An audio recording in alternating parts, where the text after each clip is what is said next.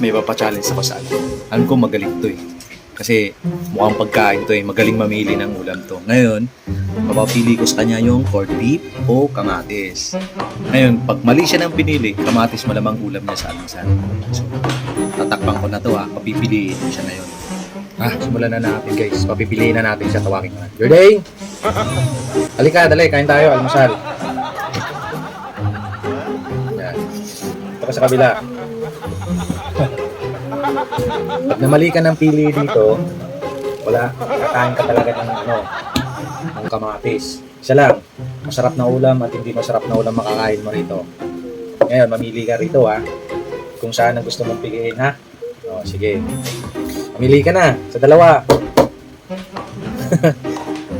Yan na pili mo? Sigurado ka? Baka umiyak ka. Ito yung napili mo talaga. Ha? Ito daw napili niya. Wala kang ulam dito. Ano? Ito piliin mo, malaki ito eh. Huwag yan. Ito piliin mo. Sige na.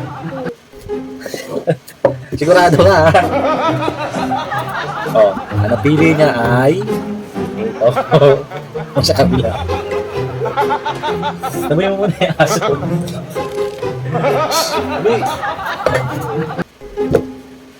Oh, sige, bilis. Ano napili mo? Malayop na. Uy! Mag-aaral mo naman. Binuksan mo agad. Wala, invalid. Ulit. Wala kang ulam. Wala kang ulam ha. Hindi na tuloy yung laro. Akin to lahat. Wala kang ulam. Akin to ha. Hindi ka sumunod sa rules.